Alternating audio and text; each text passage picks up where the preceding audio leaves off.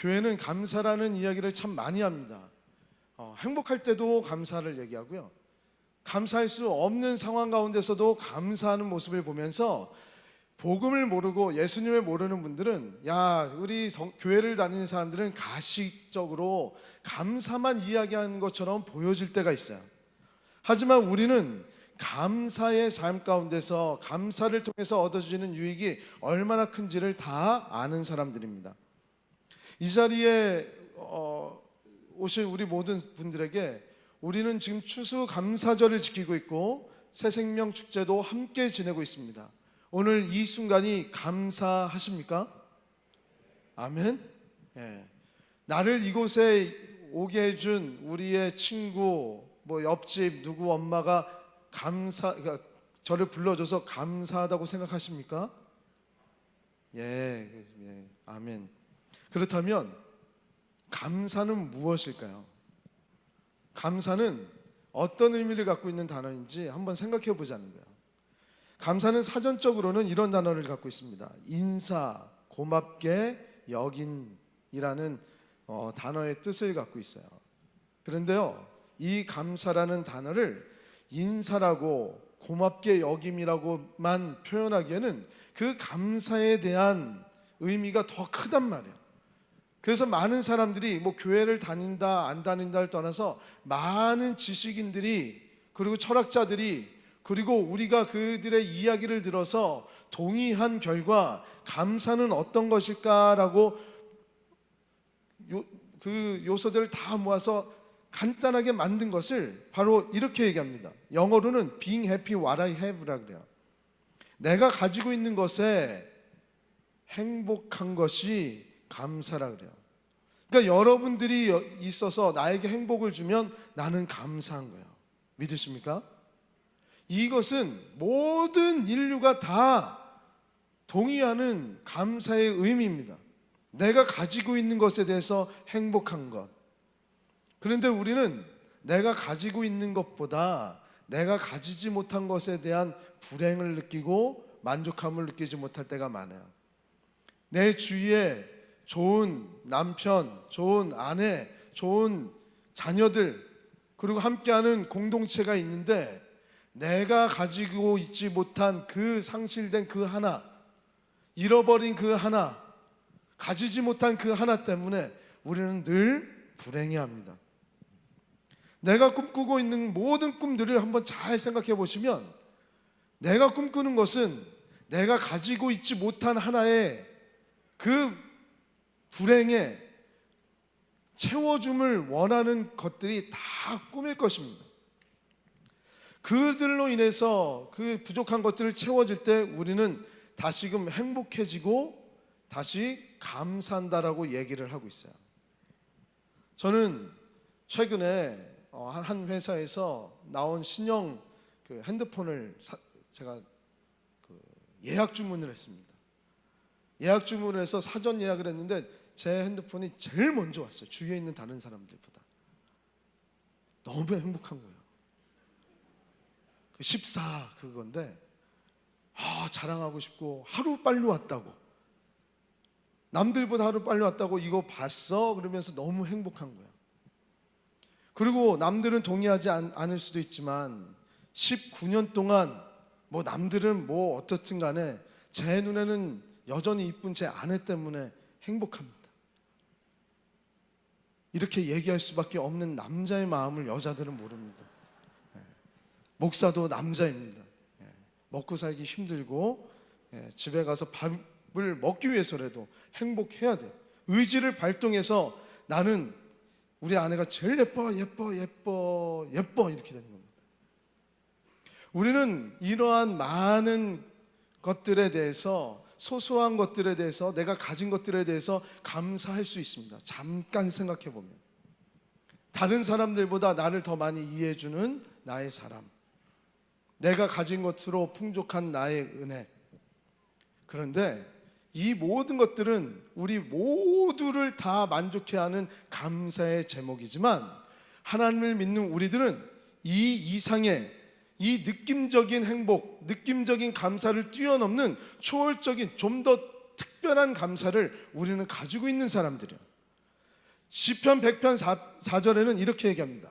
감사함으로 그의 문에 들어가며 찬송함으로 그의 궁정에 들어가서 그에게 감사하며 그의 이름을 송축할지어다 라고 얘기하고 있어요. 그러니까 우리가 감사하는 것은 그의 문에 들어가는 거야. 감사를 통해서 그의 문에 들어갈 수 있대요. 그의 문은 무엇이냐면 하나님의 궁정으로 들어가는 문이래요.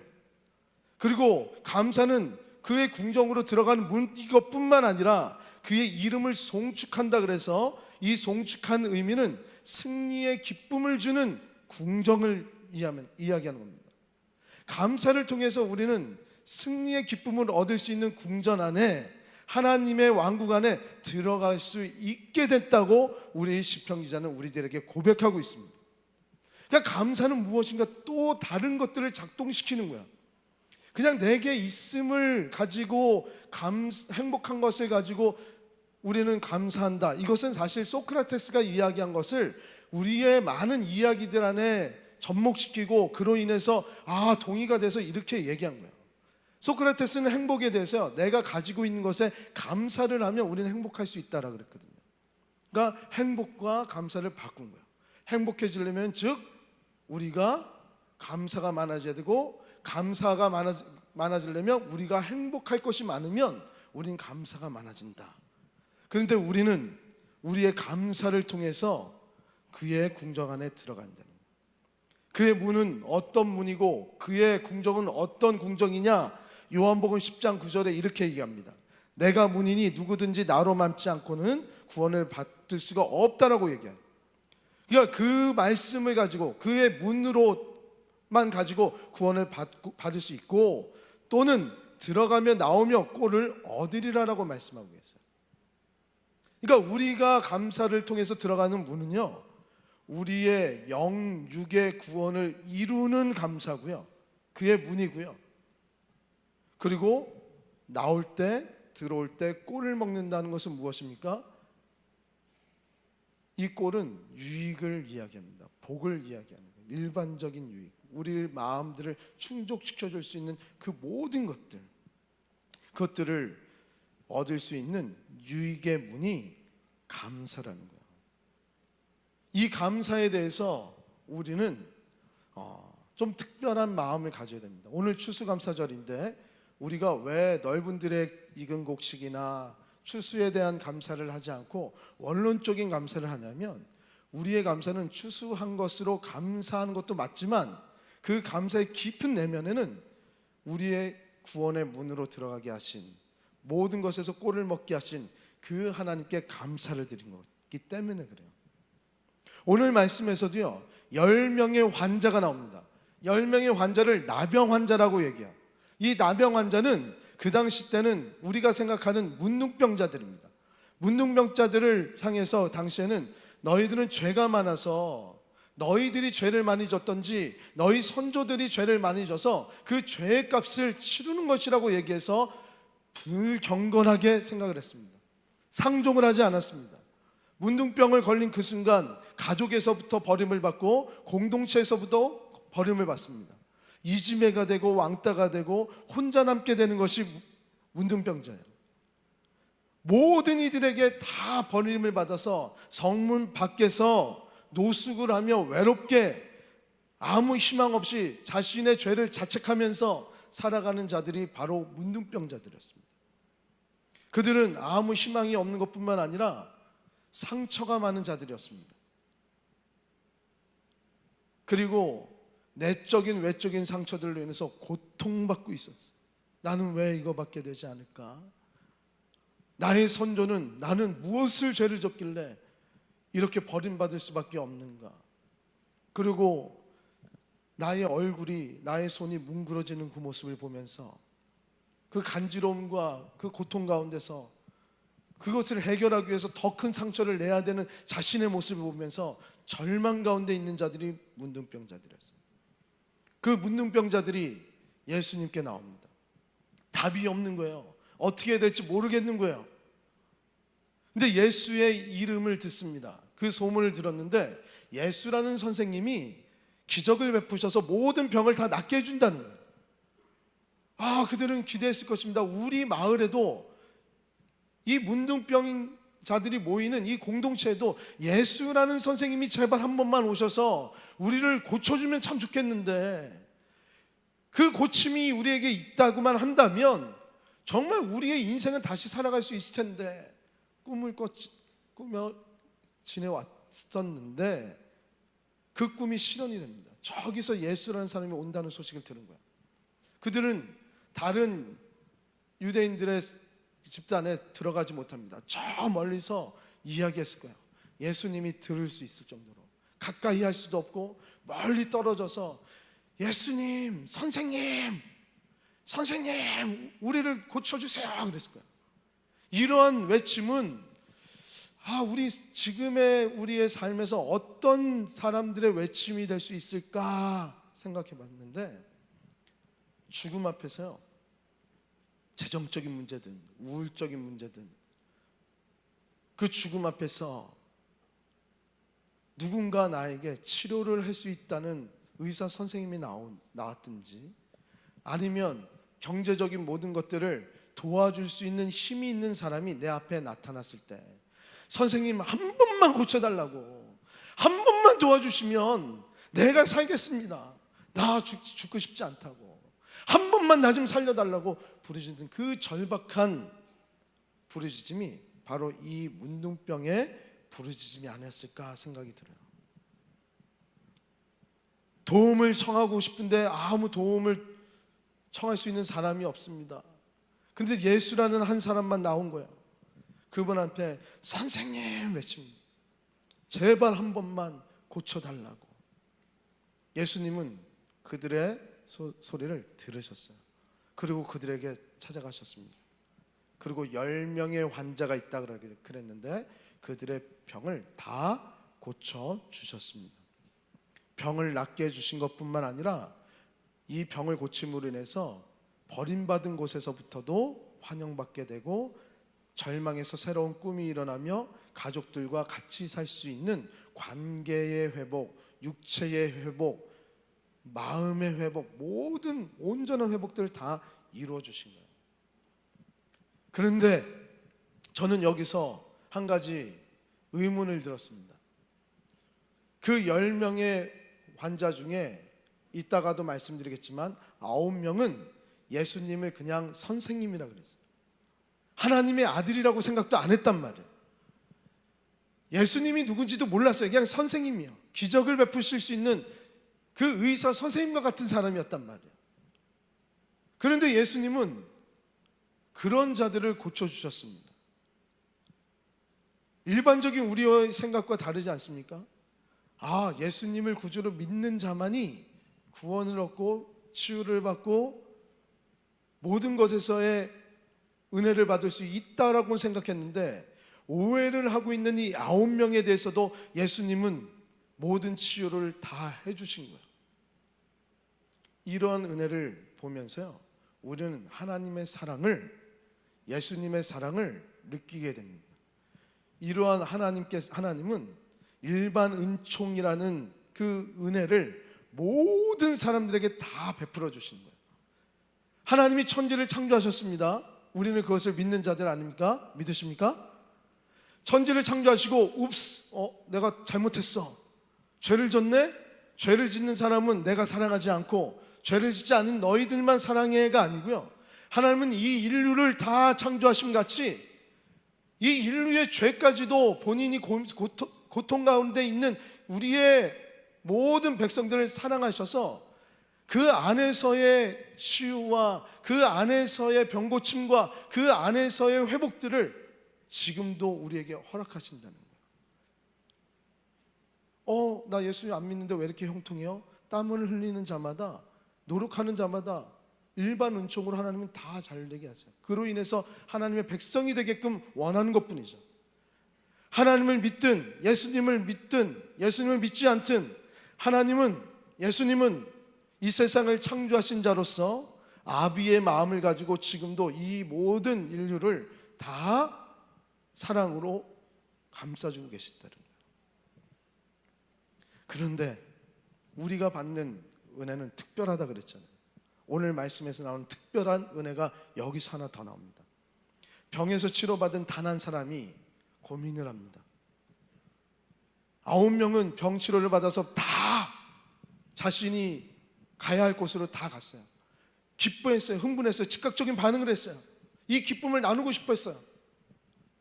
그런데 한 사람은 나의 치유가 어디서 왔는지 곰곰이 생각합니다. 그러면서 그는 남들은 다 가족으로 제사장으로 다 제사장에게로 가서 회복을 원해 떠났지만 이 사람은 의지를 가지고 예수님께 나와서 감사의 인사를 합니다. 예배를 드립니다. 그랬을 때 이 감사를 좋게 본 예수님께서 19절에 이런 말씀을 하세요. 우리 다 같이 한번 읽어보겠습니다. 시작. 그에게 이르시되 일어나 가라 내 믿음이 너를 구원하였느니라 하시더라. 아멘. 지금 한 병자는 감사를 했어요. 근데 예수님은 지금 뭐라고 하십니까? 감사가 너를 구원하였느니라 그렇게 말씀하고 계세요. 내 믿음이 너를 구원하였대요. 우리 믿는 자의 감사는 믿음이요. 우리가 감사를 많이 하는 것은 우리의 믿음의 고백이에요. 감사를 통해서 이 환자는 육체적인 건강과 온전함을 얻은 것뿐만 아니라 죽음에서의 구원, 영원한 구원을 얻게 되었다는 그 특별한 은혜까지도 얻게 된 것입니다. 그것이 특별 은총이에요. 우리는 지금 이곳에서 하나님이 지으신 이 세상에서 우리가 노력한 것 안에서, 관계한 것 안에서 조금 더 정결하게 살고, 조금 더 도덕적으로 살고, 조금 더 깨끗하게 살고, 조금 더 지식인으로서 살면 여기서 성공할 수 있습니다. 그건 일반 은총이에요. 모두에게 똑같은 은총이에요.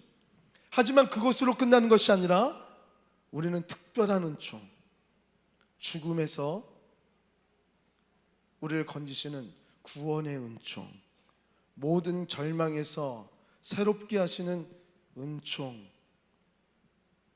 깊은 골짜기, 악의 골짜기에서도 감사할 수 있는 그런 은총을 우리에게 주신 것입니다.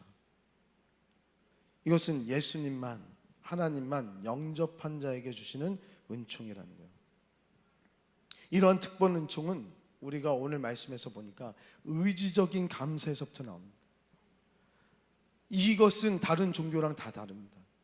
다른 타 종교에서도 똑바로 살면 좋습니다. 다른 지혜의 이야기들을 하지만 이 특별한 은총은 어느 종교에도 없습니다. 정성이 부족해서 형통함이 없다고 그래서 나의 이 일을 어떻게 합니까? 108번제를 해라. 108번을 하다 보면 감사가 떠올려야죠. 저는 군대에서 얼차례로 푸시업을 20번만 해도 감사가 생각이 납니다. 감사를 생각해봐. 생각 안 납니다. 20개. 10개만 해도 생각납니다.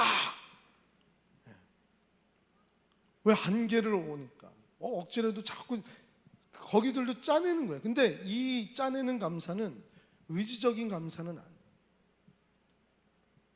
우리는 믿음의 고백을 통해서 하나님 앞에 의도적으로 우리의 감사를 표하는데 그것은 우리의 믿음의 표현이고요.